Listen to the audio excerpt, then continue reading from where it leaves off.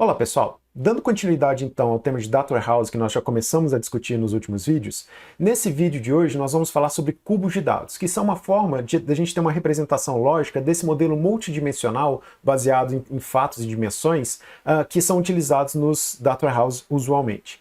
Nós vamos discutir um pouco mais sobre essa forma de representação, né, sobre os cubos de dados e sobre algumas operações que podem ser realizadas usualmente nesses cubos de dados que facilitam a utilização, por exemplo, de ferramentas OLAP para processamento desses dados armazenados nesses repositórios. Perfeito?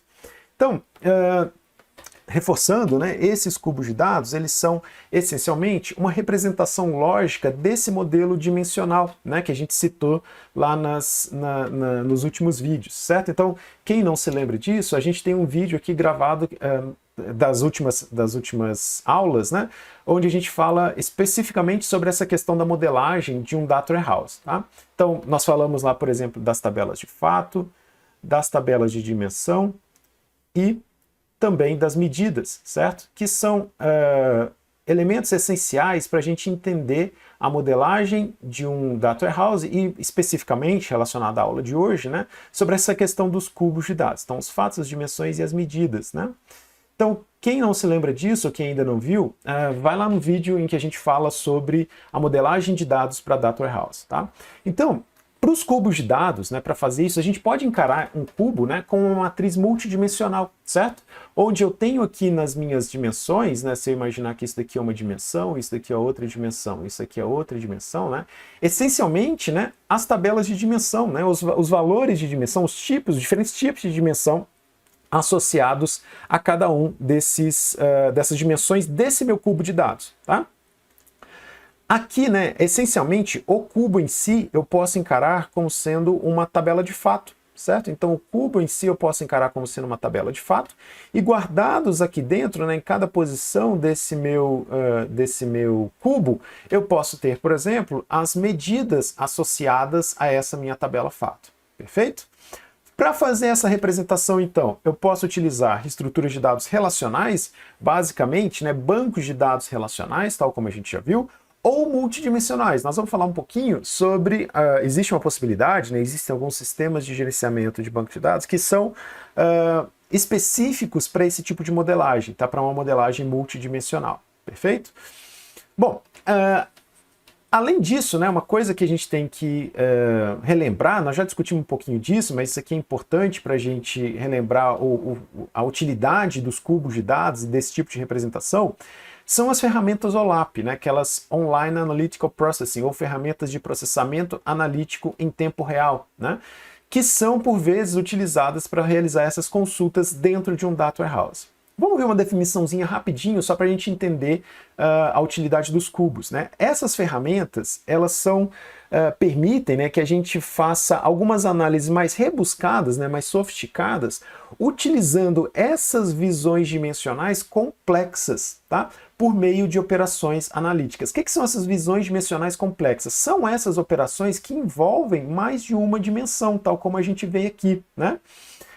Essas operações, elas definem formas de navegar em uma estrutura de dados logicamente definida no formato de um cubo, tá? Então, as operações que a gente pode realizar e a forma que a gente vai navegar nas operações aqui, né, nas informações armazenadas dentro desse meu cubo, que vão ser determinadas por essas ferramentas OLAP, tá? De processamento de dados analítico, perfeito?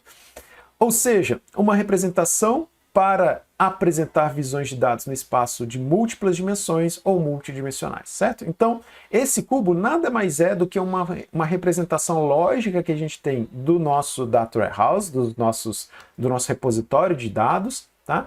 Envolvendo as diferentes dimensões associadas às nossas tabelas fato e as medidas ali armazenadas, tá joia?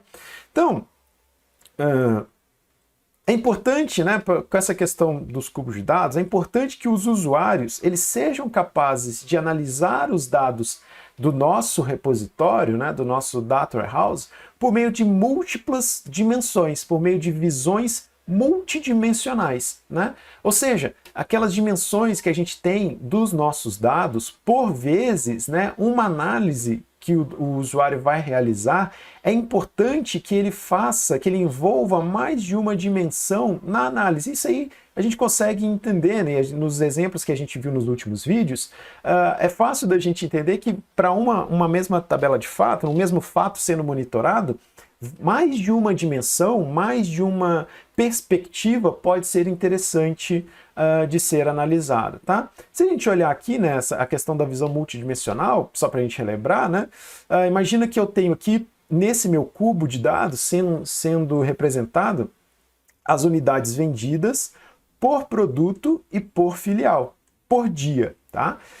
Então eu tenho aqui três perspectivas sendo analisadas. A dimensão de produto, a dimensão de filial e a dimensão de tempo, né? De dia. Então percebam, ó, primeira dimensão que eu tenho aqui, produto, segunda dimensão, filial, terceira dimensão, dia. É fácil da gente enxergar que isso daqui me dá uma perspectiva tridimensional, né, de armazenamento dos meus dados, ou uma matriz de dados tridimensional, um cubo de dados nesse caso, tá? Quando a gente fala de cubo, pessoal, é só para dar uma perspectiva n-dimensional, tá? Uma perspectiva 3D nesse caso, que não é uma matriz, não é uma coisa 2D, né? Só duas dimensões envolvidas. Mas quando a gente fala de cubo de dados, não necessariamente a gente vai ter apenas 3 dimensões, tá?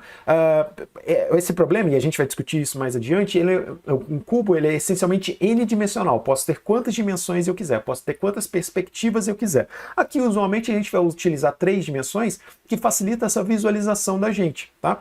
Envolvendo 3 dimensões, é fácil da gente conseguir plotar e enxergar esse tipo de representação. Só que isso eu não vou restringir sempre a 3 dimensões. Na prática, um cubo de dados ele envolve uma análise n-dimensional. Tá bom? Então, a gente vai utilizar, na maioria dos casos aqui, 3 dimensões, na maioria dos exemplos que a gente mostrar 3 dimensões, por uma questão apenas didática, de conseguir plotar isso ficar mais intuitivo para o entendimento, mas um cubo de dados ele é essencialmente uma representação n-dimensional, perfeito? Então, para a gente entender, né? Esse meu cubo de dados ele é uma representação gráfica, né, de grande utilidade, então, representação gráfica de grande utilidade para a gente aprender as visões do usuário no espaço multidimensional, tá? Então, olha só, para a gente perceber aqui, né, nessa minha matriz tridimensional, nesse meu cubo de dados aqui, nesse carinha sendo destacado aqui, né, eu consigo encontrar informação sobre unidades vendidas do produto P2, da filial F5, do dia D1. Onde que eu encontro isso? Ó, perceba aqui, produto P2, filial F5 e o dia 1, certo? Então, utilizando esses índices dessas informações aqui, eu consigo acessar essa informação que pode ser de interesse para a minha análise, tá? Então percebam que o cubo, né, ele nada mais é do que essa representação gráfica da minha representação multidimensional. O que são dia, filial e produto? Nada mais são do que as dimensões associadas à minha tabela de fato de vendas de produto. Perfeito? O que é a unidade? O que são as medidas associadas aqui, né? Nesse caso, aqui que a gente está representando, a gente só está quantificando, né, a quantidade de unidades vendidas para cada um deles. Então, as medidas sendo guardadas aqui são quantidades de vendas por produto, por filial, por dia. Perfeito?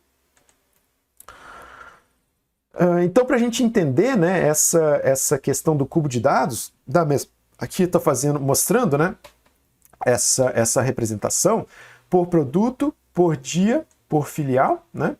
Eu consigo quebrar um determinado cubo, né, em subcubos, digamos assim, né, ou subrepresentações, tá? Aqui, por exemplo, eu estou mostrando aqui, se eu olhar só para essa dimensão aqui, né, se eu juntar essas duas dimensões aqui, olhar só para essa minha perspectiva, eu consigo analisar, né, consigo verificar por produto, por dia, né, aqui nesse caso, as informações de venda por produto por dia. Perfeito?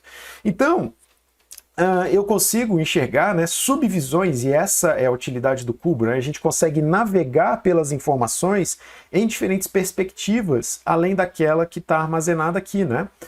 Eu consigo fazer subvisões, digamos assim, né, a partir de combinações de informações desse cara. De maneira análoga, né, olhando só dessa perspectiva aqui, né, olhando por cima, eu estou quantificando informações por filial, por dia, por filial. Estou informando, estou juntando aqui informações por filial e por dia, olhando só para essa minha perspectiva do meu cubo. De maneira análoga também, né, se eu olho para isso daqui, eu tenho essa outra análise, né? Aqui eu tenho por filial, por produto, por filial, certo? Olhando só para essas duas dimensões aqui, eu tenho aqui por produto, por filial. Beleza? Então percebam que no mesmo cubo de dados, além da combinação, né, de todas as perspectivas possíveis, eu consigo obter a ideia, né, dessa representação é conseguir obter subvisões, digamos assim, né, ou subperspectivas, vamos colocar aqui de subvisões, onde eu tenho combinações de subconjuntos dessas minhas visões, né? Dessas minhas dimensões para esse meu problema. Tá joia?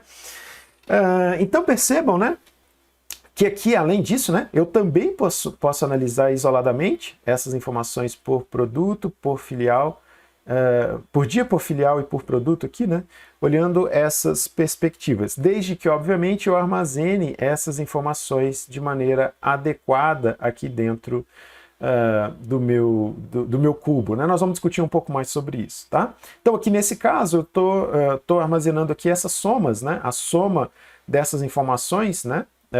Por produto, por dia, por produto isoladamente, por produto por filial, por dia por filial e assim por diante. Tá joia? Existem duas principais abordagens que a gente pode utilizar para fazer essa representação lógica do meu modelo de dados dimensional, tá? Um que é fazer o OLAP, né, relacional, ou ROLAP, né, Relational Online Analytical Processing, e o multidimensional, né, ou Multidimensional Online Analytical Process, tá? O MOLAP aqui que a gente fala, tá? No ROLAP, né, nesse cara que utiliza o OLAP relacional, a gente vai implementar o meu OLAP, implementar o meu cubo de dados por meio de um SGBD relacional comum, tá? Então, a gente, nesse caso, vai utilizar os sistemas de gerenciamento de banco de dados que são convencionais, esse que a gente está acostumado a utilizar sempre, tá? Com esse cara, a gente cria visões multidimensionais dinâmicas, tá? A gente consegue fazer isso, mas eles não são pré-processados para fazer consultas OLAP diretamente, tá? Então, com isso, a gente precisa fazer consultas mais complexas para a gente ter a resposta a essas, primeiro, para conseguir construir os cubos, né? E depois para fazer as consultas em cima desse cubo. Muitas vezes isso aqui não é uma coisa direta, né? Eu não consigo fazer isso diretamente, eu preciso ter umas consultas um pouco mais rebuscadas, tá? Com isso, o tempo de resposta do OLAP relacional, ele vai ser maior do que quando a gente compara com o MOLAP, tá?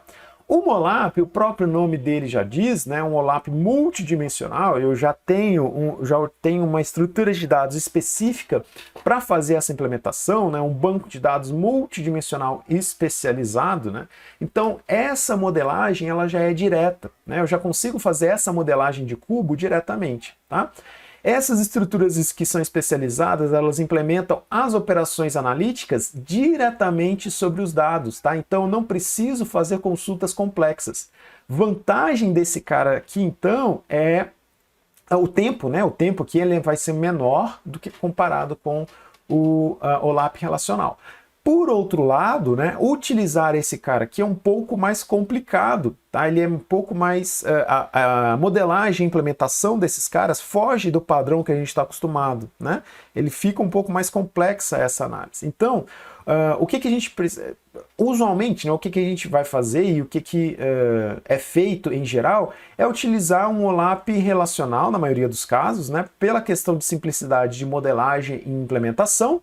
Entretanto, né, o OLAP multidimensional ele vai ser mais rápido e de ser implementado, né, as consultas vão ser mais eficientes, digamos assim, tá?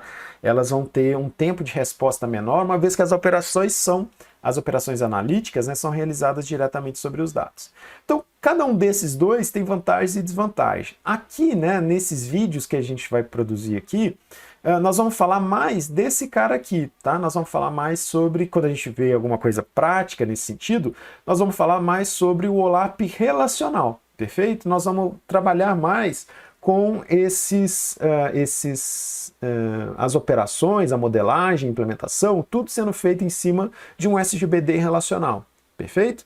Embora, né, quem tiver interesse, estudar mais sobre esse cara aqui pode ser mais interessante para ter na prática, né, quando a gente for trabalhar especificamente com bases de dados maiores, quem tiver interesse em utilizar OLAP multidimensional pode ser uma coisa interessante de ser aprendida também, tá? Mas a gente não vai focar muito nesse cara, nós vamos falar aqui mais de um OLAP relacional, perfeito?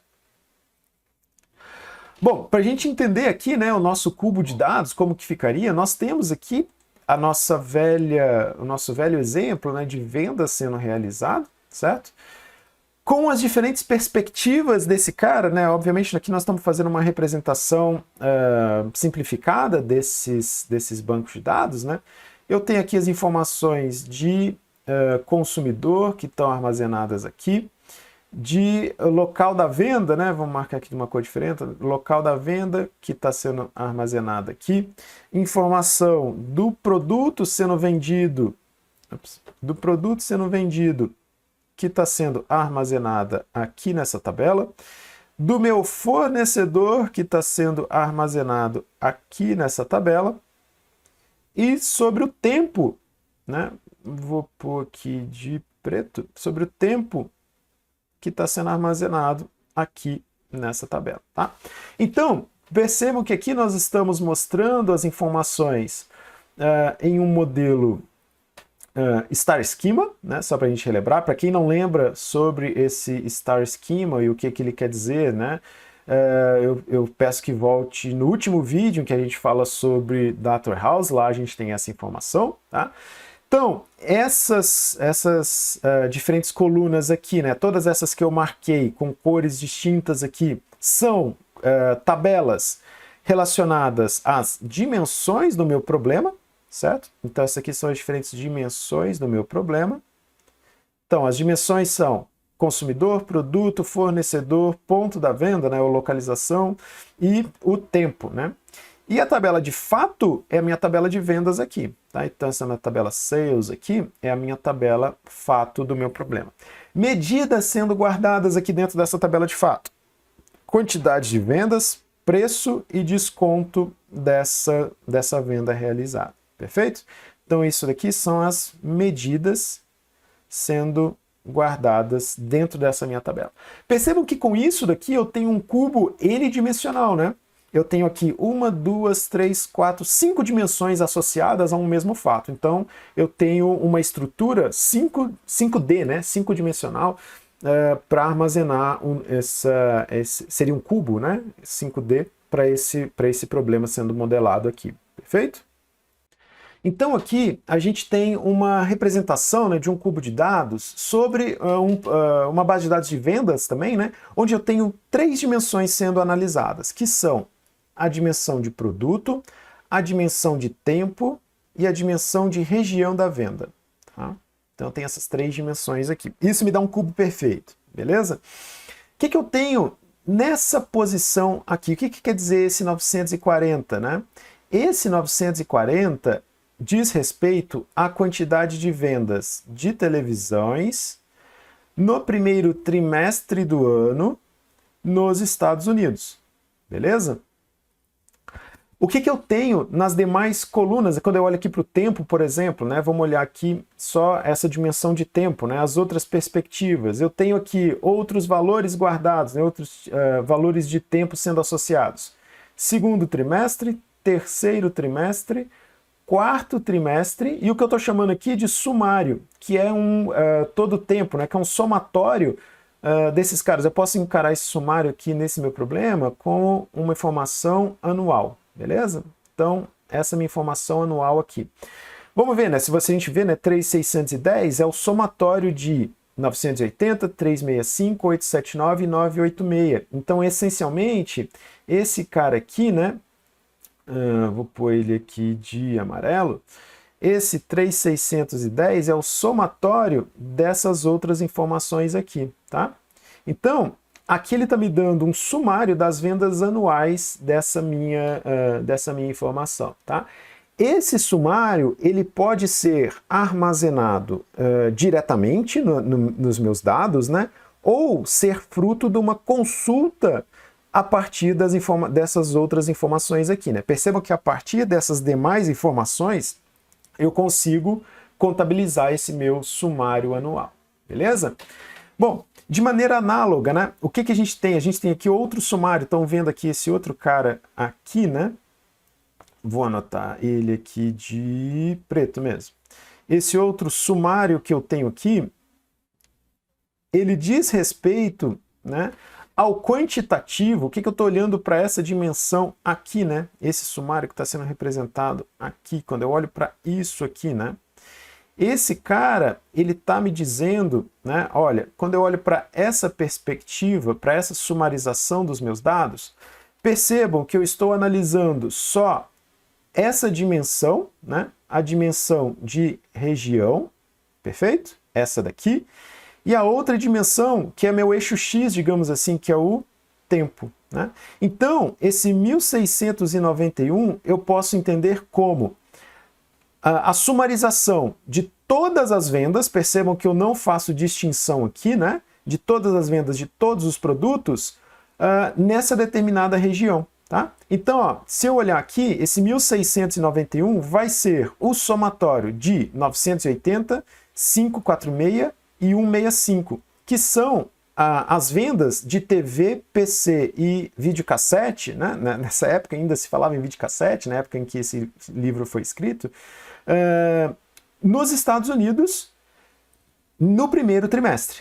Perfeito? Então, eu estou somando esses caras aqui, todos esses caras aqui são somados e consolidados nessa minha sumarização aqui, que são informações para os Estados Unidos para o primeiro trimestre. Beleza? Então, percebam que cada um desses caras, né, de maneira análoga, né, se eu olho para essa sumarização aqui, né, vou pôr aqui de vermelho, né, essa sumarização aqui, por exemplo, a gente teria, se eu olho para isso daqui, né, para esses caras aqui apenas, o que está aqui marcado de vermelho.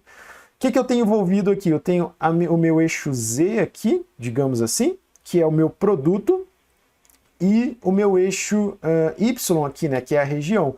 Então eu teria um somatório de vendas por produto por região, beleza? Então, da mesma maneira, né, quando a gente olhou aqui para cima, né, vou pôr aqui de... Deixa eu ver uma outra cor aqui, vou pôr aqui de amarelo. Quando a gente olhou aqui para cima, né, para essas duas dimensões aqui, né, então aqui a gente está envolvendo as dimensões de produto e de produto e tempo, né? Então, aqui eu vou ter as informações, né? A sumarização das informações. Se eu olhasse aqui para cima, né? Olhando só essas duas dimensões, teria informação por produto e por tempo, né? Estou olhando para a minha informação no eixo Z, né? Além disso, a informação no eixo X, que é o tempo, né?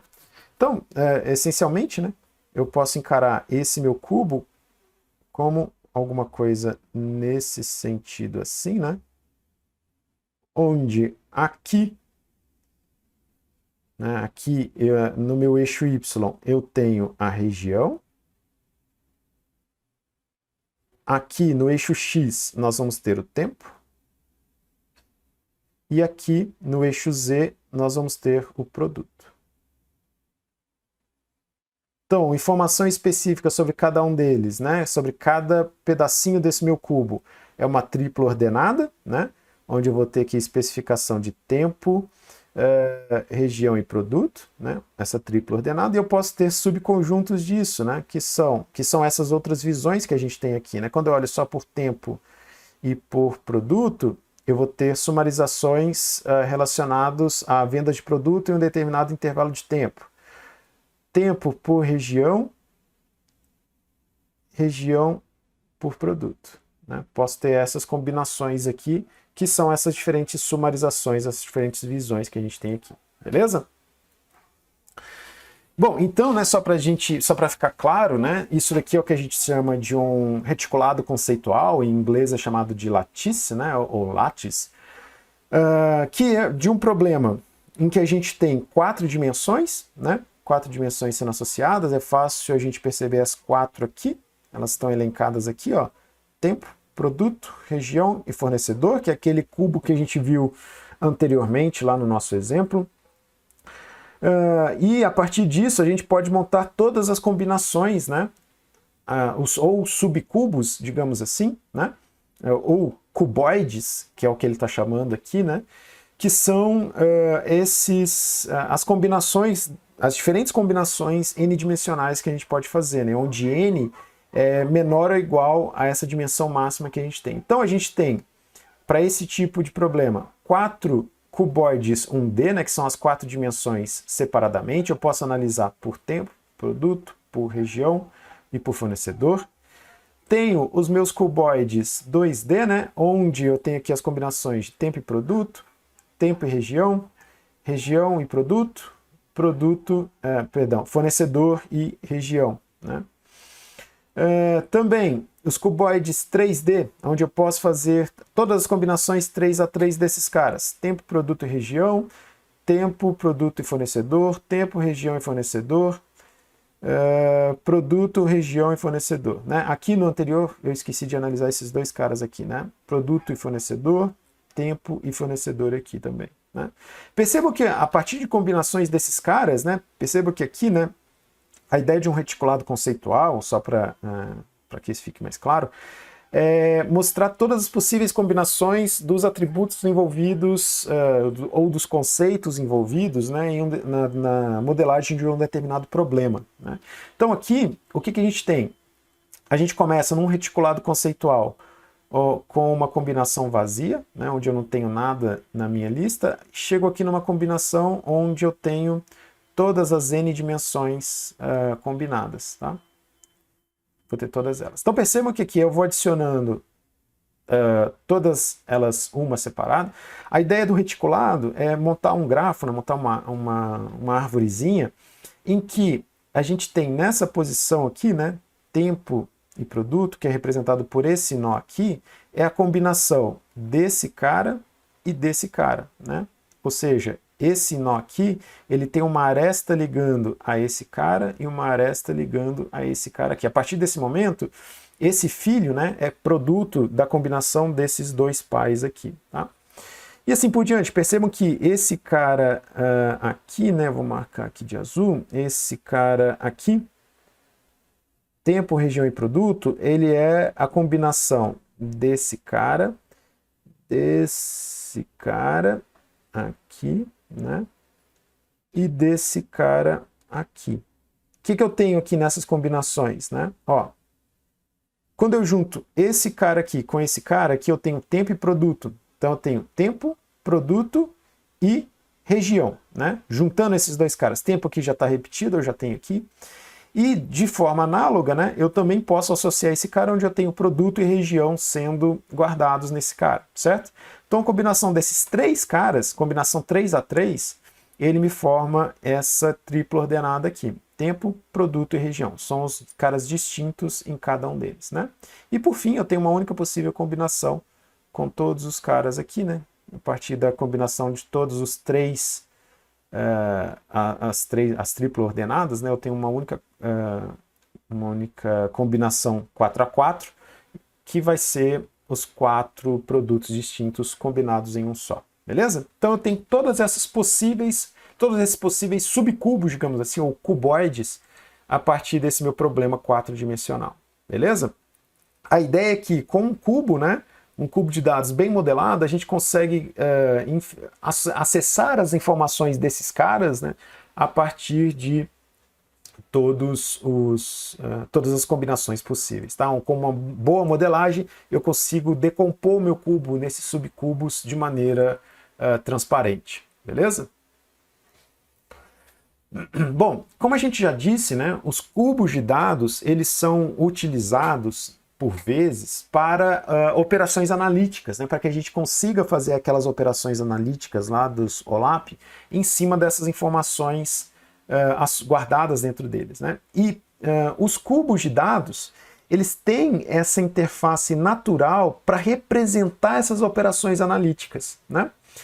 Por exemplo, informação de rotação, né? Eu posso, o que a gente chama de pivotar a informação, né? Ou reorientar a visão dimensional dos meus dados, fornecendo diferentes perspectivas dos mesmos dados, né? Então é fácil a gente perceber isso aqui, né? Eu posso pivotar. Aqui nesse caso, eu estou analisando as informações de vendas de unidades vendidas por dia, por produto e por filial, tá? Então percebam que o que eu fixei aqui embaixo? O dia, né? O que foi fixado? O dia. Então, por dia, meu eixo X.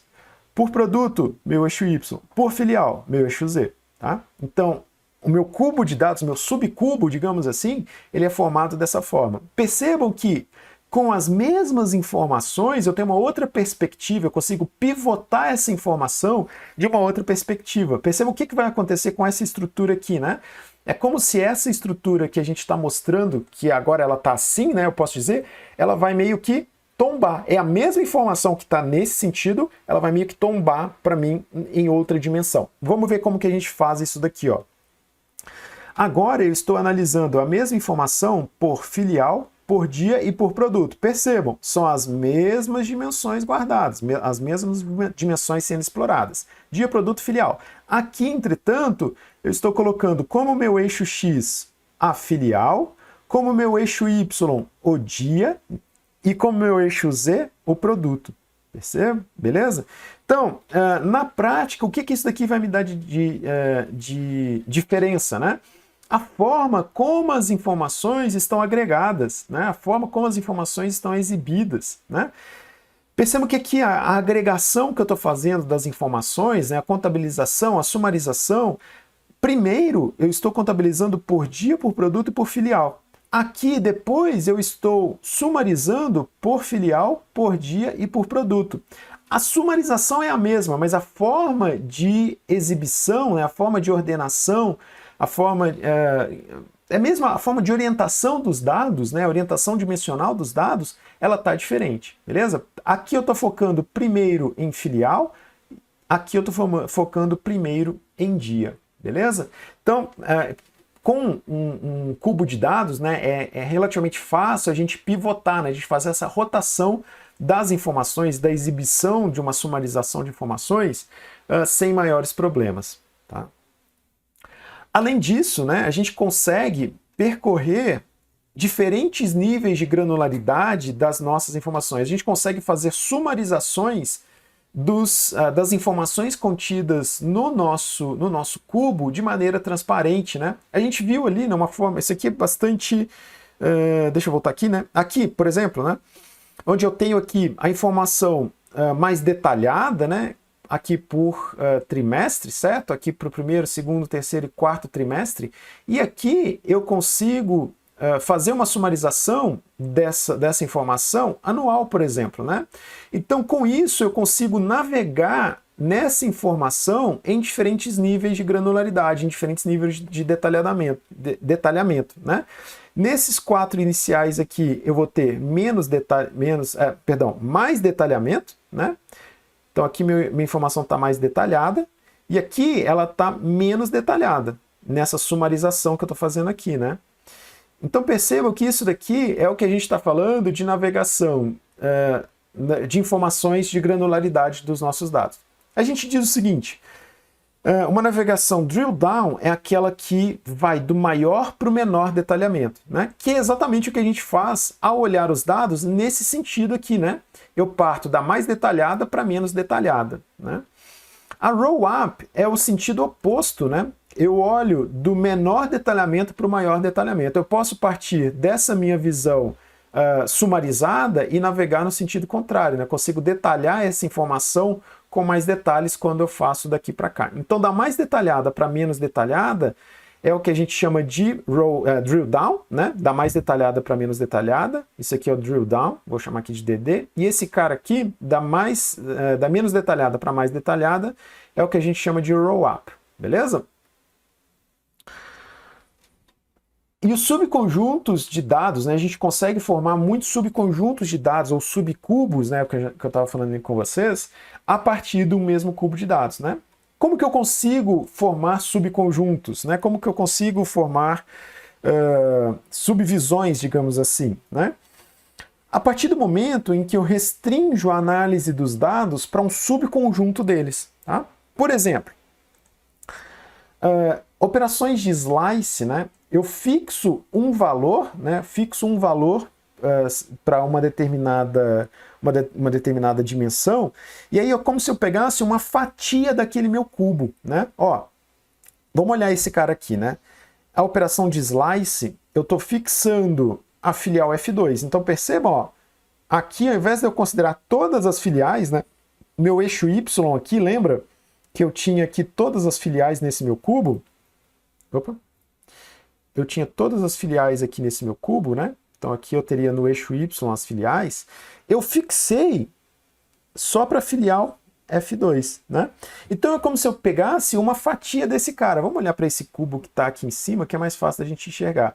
Imagina que aqui eu tenho informação da filial F2. Eu só estou olhando para essas informações aqui, né? Estou pegando essa fatia de baixo aqui da minha filial F2. O que tem daqui para cima, eu não estou analisando nessa minha consulta, certo? Então, o que tem daqui para cima, né, as outras filiais, tudo aqui, eu estou simplesmente ignorando nessa minha análise, tá? E também, né, quando a gente forma subcubos, digamos assim, é quando eu analiso, né, seleções de faixas de valores. Percebam aqui, né? Aqui também eu fixei o dia D1, mas percebam o que eu fiz. Eu peguei o por produto de P7 a P10, né? Então aqui, ao invés de P3 a P7, desculpa, ao invés de eu pegar todos os produtos, né, eu também fixei um dia aqui nesse caso, então meu dia está fixo aqui, né? Meu dia está aqui fixo. Eu estou olhando para todas as filiais, mas eu peguei um subconjunto de produtos, tá? Então quando a gente utiliza um range de valores, a gente está falando que a gente está fazendo uma operação de dice, né? Na literatura a gente encontra essa operação também com o nome de slice and dice, tá? Slice and dice. Que é dá essa ideia, né? De eu pegar uma fatia, porque na essência é isso que a gente está fazendo, né? Nós estamos pegando uma fatia aqui também, né? Mas percebam, quando eu utilizo um range de valores, né? Aqui para trás eu teria a continuação desse cubo, né? Dos demais dias aqui, mas eu fixei só um dia. A partir do momento em que eu peguei um subconjunto desse cara aqui, é como se eu ignorasse também o que eu tivesse mais para cá, né? As outras informações de produto, né? Então, eu também continuo ignorando um outro pedaço aqui do meu cubo, perfeito? Então, isso daqui, quando a gente fixa uma faixa de valores para uma determinada dimensão, é uma operação que a gente chama de dice ou slice and dice. Perfeito? Bom, trazendo para o nosso contexto, né, para o contexto de sistemas de apoio à decisão focados em inteligência de negócio, né, os sistemas inteligentes de apoio à decisão, a gente tem esse processo todo aqui, né? Agora a gente já consegue encaixar melhor essas informações, né? Onde A gente parte lá das nossas fontes de dados, fontes internas, fontes operacionais e fontes externas.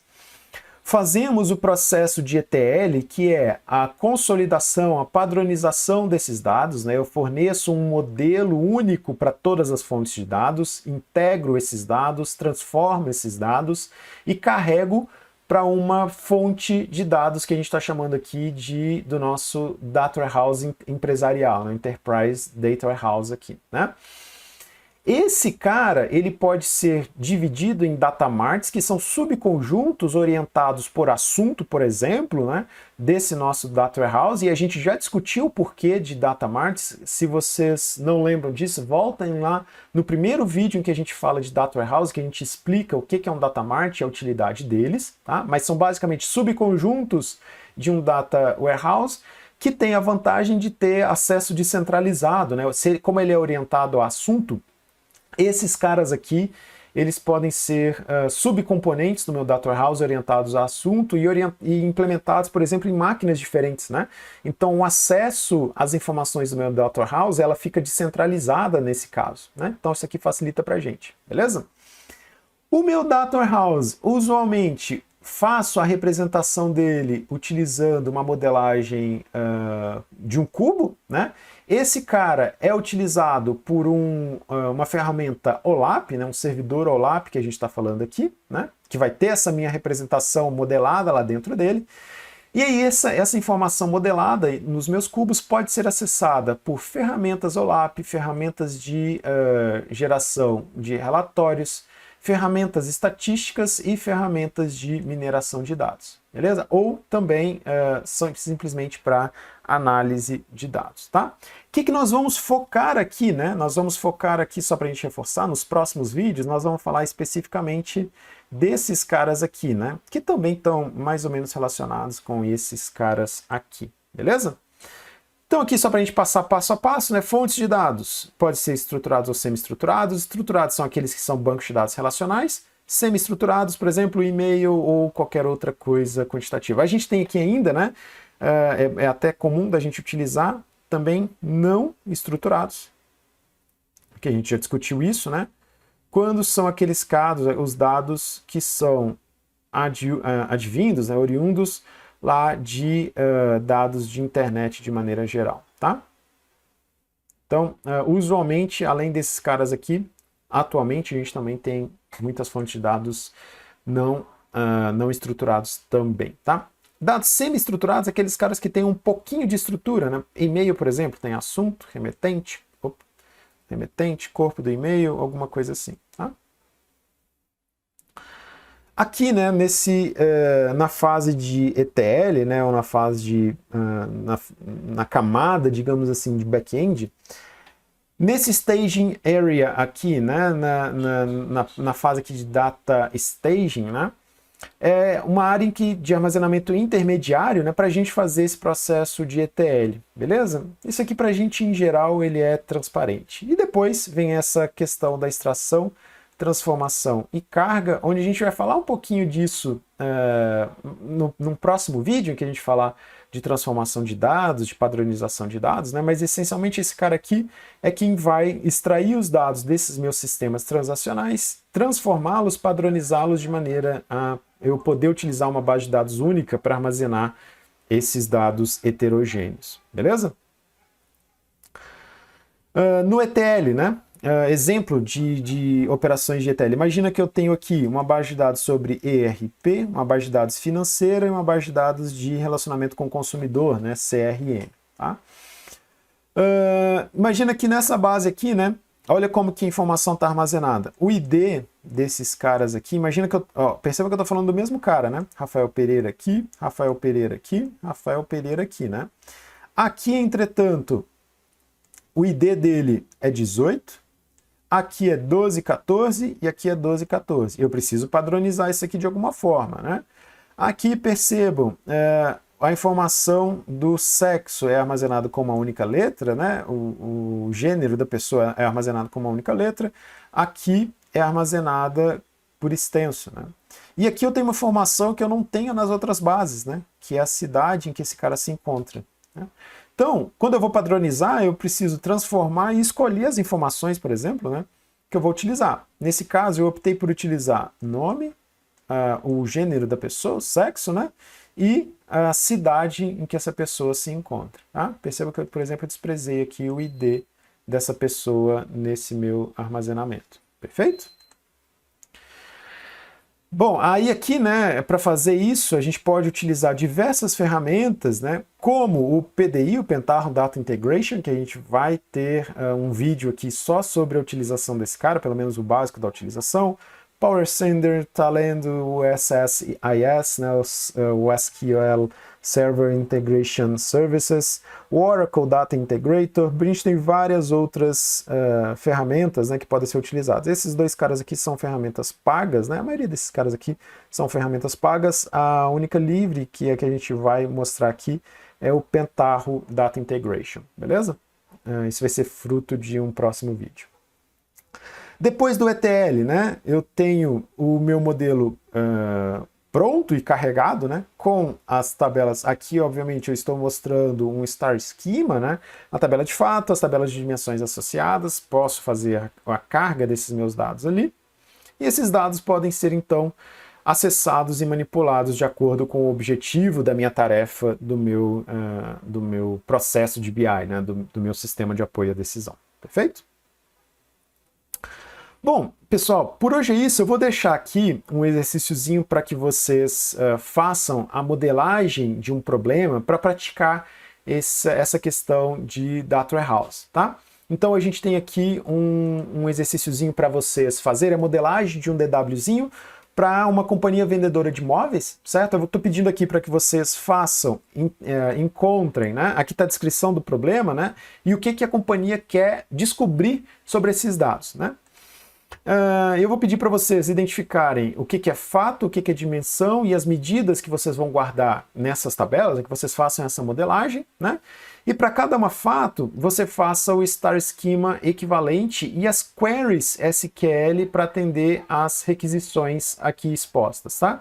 Encontrar a quantidade de arrecadação total e o desconto com respeito a cada cidade, tipo de mobília e mês, quantidade média, arrecadação e desconto com respeito a cada país, material de mobília e ano, e as 5 mobílias mais vendidas durante o mês de maio, beleza? Mais adiante eu vou soltar um vídeo resolvendo esse exercício, mas eu peço que vocês tentem realizar esse exercício, tentem praticar isso com a modelagem, beleza? Pessoal, com esse vídeo então a gente encerra o tema de Data Warehouse, tá?